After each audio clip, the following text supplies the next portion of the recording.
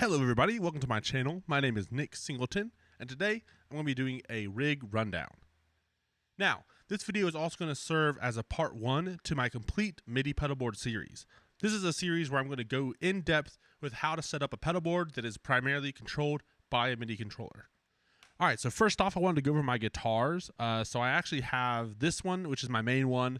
This is a Fender Stratocaster 40th anniversary edition, so it was released in 1996. Which is actually the year I was born. And then it was made in the USA, plays super great. The only things that have changed out on this one in particular is the strap buttons and then the switches and pots. I do eventually have plans to switch out pickups as well, and then maybe switch to locking tuners down the road. But honestly, this one stays in tune really great, and yeah, I love it. I inherited it from my dad, and it has played like a dream the entire time I've had it. Now, the second guitar I have is this Jim Adkins Telecaster. It's got his signature P90s in it, which are honestly probably my least favorite part about this guitar. They're very dark and muddy, and a lot of people that I give this guitar to and let them borrow don't believe me until they try it out, and then they're like, you weren't kidding with this, like how dark this guitar is. But once I kind of started playing more with my Strat and started playing this one a lot less just because I had my board set up for my Strat sound.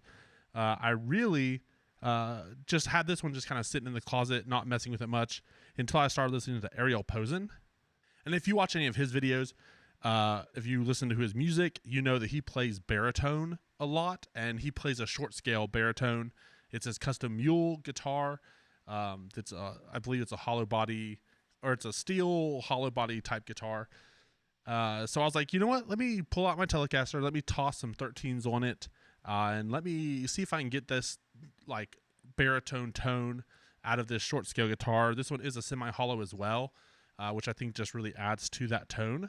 And yeah, here it is. And let me just go ahead and do a sound sample with it because I'll be playing my Strat for the rest of this video. So let me just give you a listen to this baritone goodness.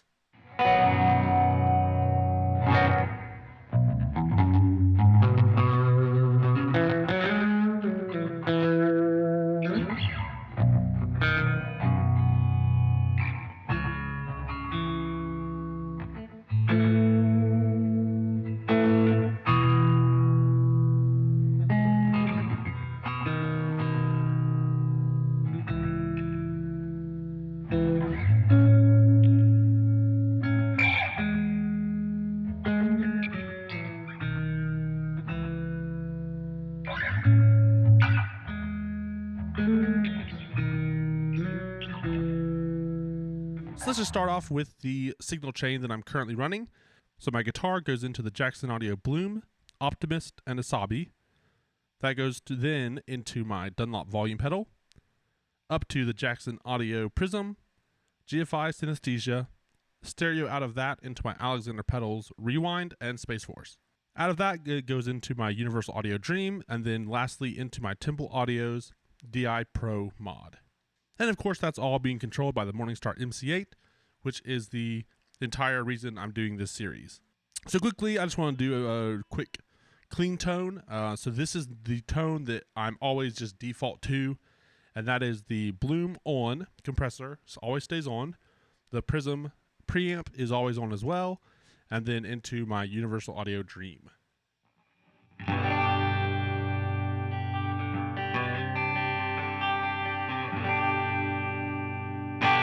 All right, now I'm just going to run down the line and just kind of turn on and off every pedal so you can kind of hear how I'm using it. And then I'll do some more samples of how I put them together into playing some more complex stuff. So first off is the Optimist. This is the Overdrive 1.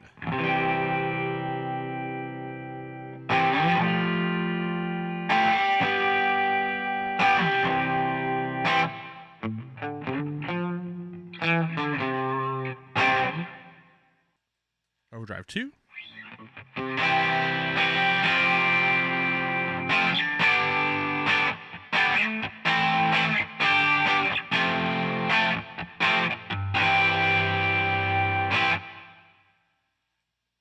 Overdrive 3, which is the drive side of the Asabi.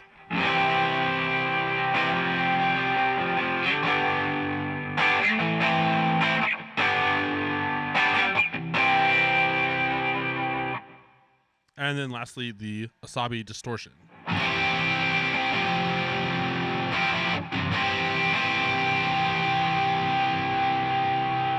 Now on the Asabi distortion, obviously you have 4 different gain cycles. So this is actually the lowest gain cycle, and that's what I keep it at.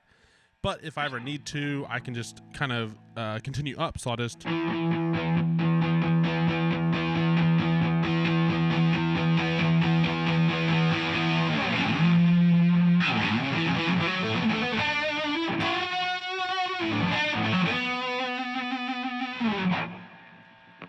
Obviously that can get pretty hairy. And then another great thing with the Asabi is you actually have different modes for both sides. So if I turn on both sides, you can see I'm on a governor setting right now with the distortion, but I have an 808 style, asymmetrical, symmetrical clipping. Same with the bottom. You have all sorts of different options. So you really have like 6 drives in one pedal. And with Midi, you can actually go through those very quickly and jump between them just instantly, which is the main reason why I got that pedal initially, because that was the first MIDI controlled drive I had gotten. And so I needed something that could do multiple variations and multiple different sounds in one box. All right, continuing on, we're going to go up to the Synesthesia. Now this pedal, if you know the Synesthesia at all, it can do some pretty crazy stuff. I mean, it's got, I think it's like some 34 algorithms or something like that. It's a crazy amount of effects. You got choruses, even delays and reverbs. Leslie cab, which here's a Leslie cab right here.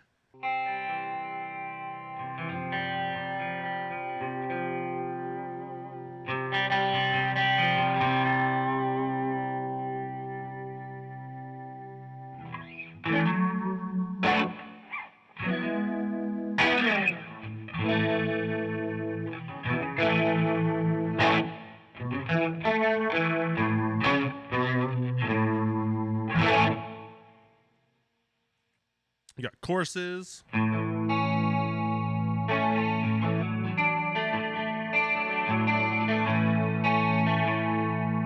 Then here's my 80s chorus.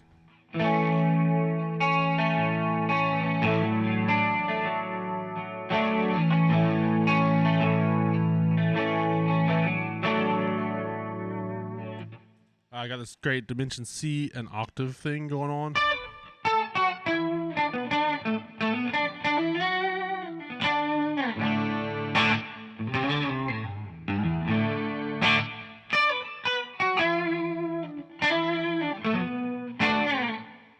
Then I got even a funk setting, so for that envelope filter.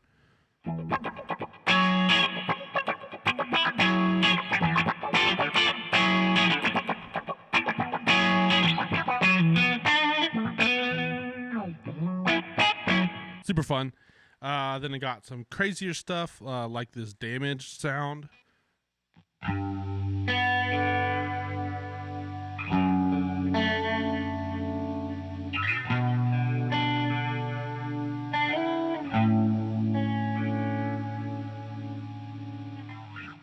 And then probably one of the craziest sounds I have on here is this Destroyer, which is actually just a bit crusher, but it honestly sounds like a fuzz pedal in some of its properties. So like obviously you get kind of that Velcro-y.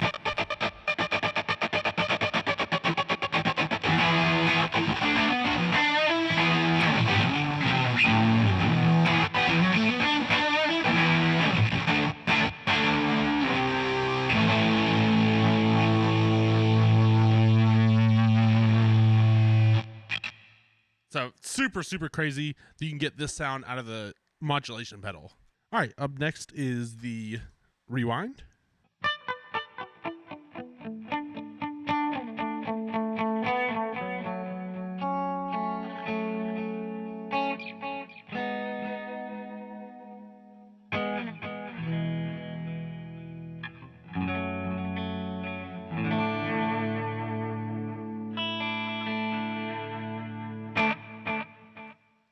Analog.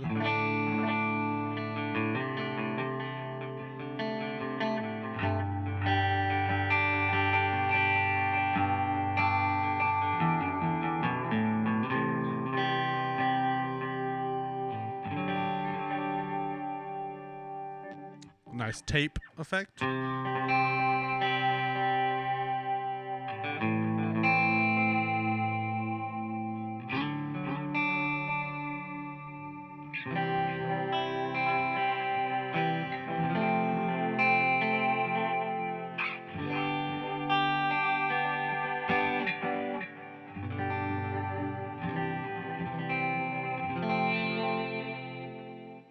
And then it can, of course, to its namesake, has a rewind pedal.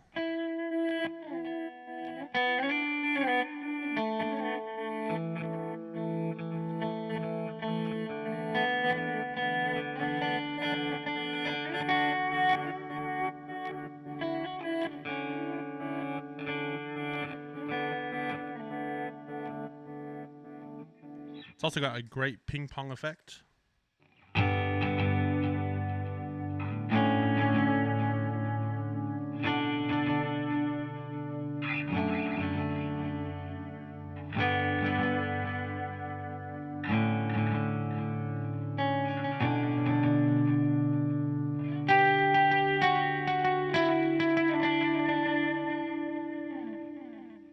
And then it's also got some of these like 100% effects. Like I have this cassette sound set up, which is just the tape.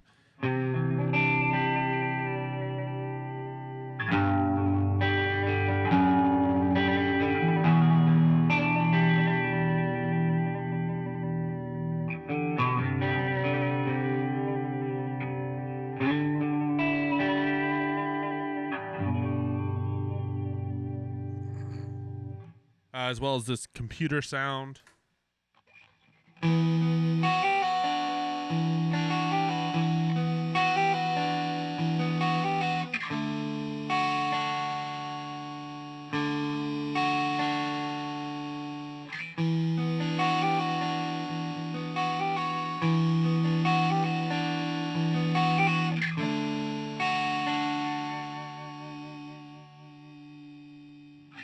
And then if you're also into that shoegazy tone with the heavy distortions on the drives, reverbs, it's also got those as well.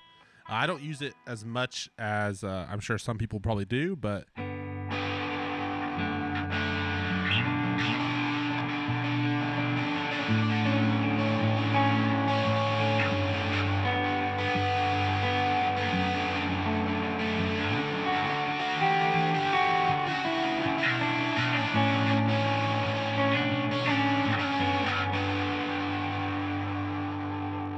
so obviously a very interesting effect that probably doesn't get much use in the worship settings, but for just fooling around and coming up with some new tones and new ideas, super, super cool.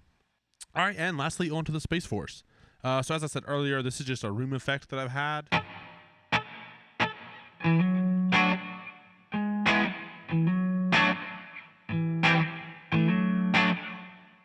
Here's a hall setting, so a little bigger.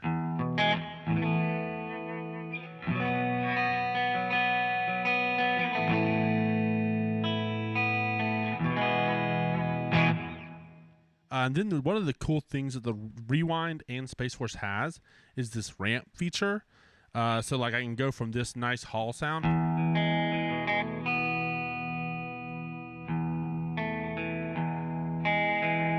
to this nice modulated setting.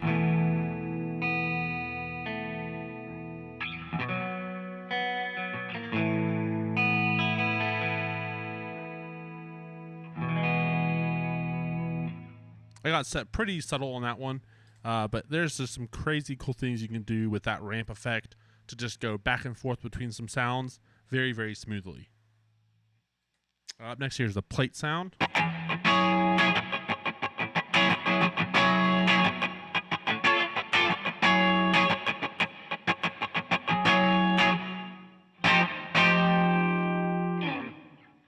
Then lastly, the spring.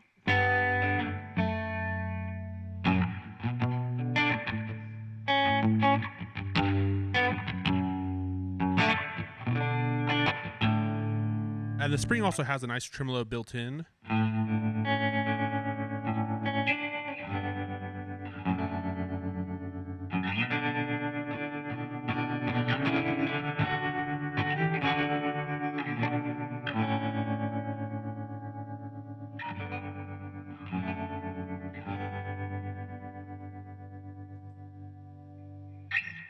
And that is something with these Alexander pedals, and I talk about it in my Space Force versus Big Sky video, is these pedals all are very, very heavily modulation pedals. And even though they are delay and rewind, they both have some big effects built into them and some very, very nice sounding modulation effects that you can even use as standalone. For example, with the rewind. This is a chorus sound, and this is just from the rewind itself.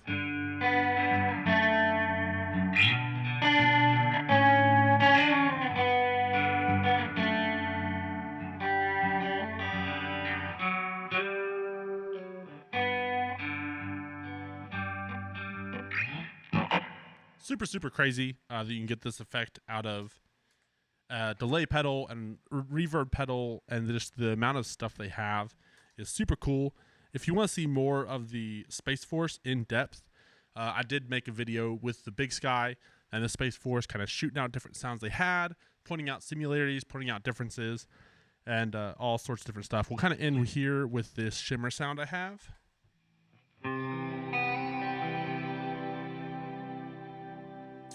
Which isn't so much a shimmer effect, as I talked about in the Space Force video that I made, but it's more like the octaves are on your actual guitar and not so much as wispy things added in after.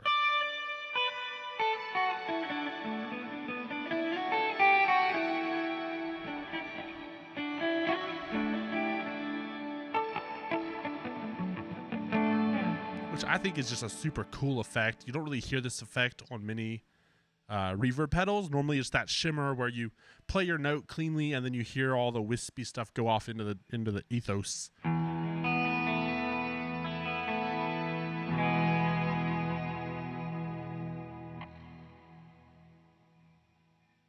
All right, so that is all the pedals individually. So with the Dream and the Prism, those are not MIDI controlled. They're the only two pedals on my board that aren't MIDI controlled. I guess unless you want to technically count the volume pedal, but those pedals honestly stay exactly where they are set right now. I'm obviously using a preset on the Dream, and this is just my clean preset.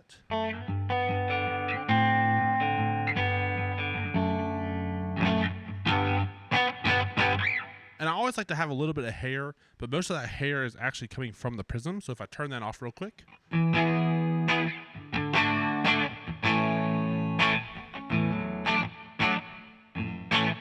So as you can hear, there's not much hair on that one at all. It's pretty clean, but then once I kick on the Prism,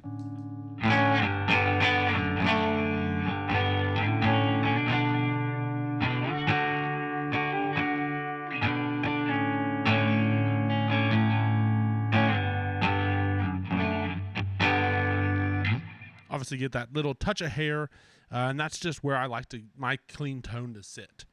Okay, I did want to show an underboard shot as well. So this is obviously where my guitar inputs right here, and then this cable goes over to my Jackson Audio Bloom, which is about right here. And then this down here, this is actually a expression jack.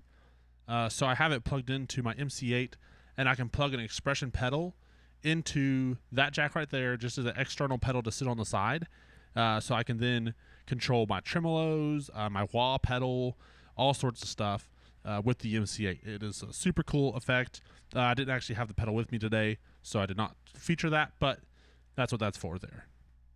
Then, of course, the MC8 only has four TRS outputs, so I had to get the MIDI box 4 for those additional pedals, since I have 4 Jackson audio pedals. Well, actually I have 3 that's MIDI controlled, but then I also had my 2 delay and reverb pedals that are also TRS MIDI. This here is a USB throughput, and that goes into my MC8, so I can plug a USB cable straight into the side of my board. That way I don't have to try to jiggle stuff around to get a cable into the back of the MC8. It's super, super great. It saved me so much time. Obviously, everything's powered with the Strymon Zuma and Strymon Ojai, and I have everything labeled. This is something I do differently than everyone else. Normally, the labels are up here on the top, and you can kind of tell there's a bit of a sticky residue on this one because that's how I used to do it as well. But then I started labeling the cables themselves, actually. since none of my pedals have different power specifications, I just have them all plugged in. It doesn't matter which ones they're plugged into because they're all just 9 volt, 500 milliamp. So I actually just labeled the cables themselves. That way I know exactly which ones are plugged into which ports. And I can track them down if something were to break or if something needed reset. Over here is the DC or the DI Pro mod by Temple Audios. So that's just my 2 cables coming out of my Dream going into this. It is powered. It does have a lift switch and a ground switch, or sorry, a lift switch and a pad switch. And then it also has XLR and 1/4 inch through jacks. Super, super cool. Super, super great. Sounds really good. Gets an insane amount of gain if you need to send a lot of gain to your tech. Then I also got the PowerCon upgrade from Temple Audio as well. I did put the PowerCon upside down. That was not intentional. I just installed it with the label facing down, which I guess I should have faced it the other way around. But then I do have it going into a right angle IEC cable jack, kind of a converter, so I could push the Zuma back further onto the board. And then the only other thing to note is I did upgrade the feet on the back here to taller ones so that my board had a little more clearance because the Zuma was touching the ground when it was fully on the floor. All right, so now I'm going to do a couple of kind of mixed together sounds and just kind of show off some of the different stuff I can achieve with this.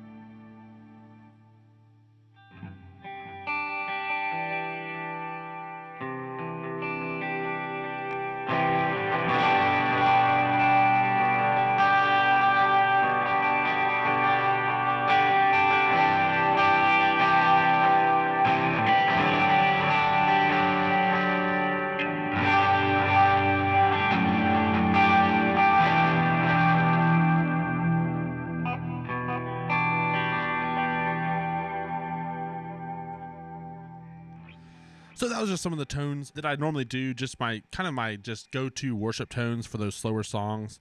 Overdrive 1 is just really where I live. It's that clon. You know, everyone in the worship world wants clons and wants that really transparent overdrive. Then that's just my normal cloud setting, analog delay, just to get some of those softer repeats. Hopefully you'll continue to watch part 2, which is where we start to just go over the basics of how to set up pedals for MIDI. If they are MIDI capable, how to set their channels, what plugs you need, what cables you need. We go through everything. So hopefully I'll see you in that next part. And thanks so much for watching this one today. I'll see you next time.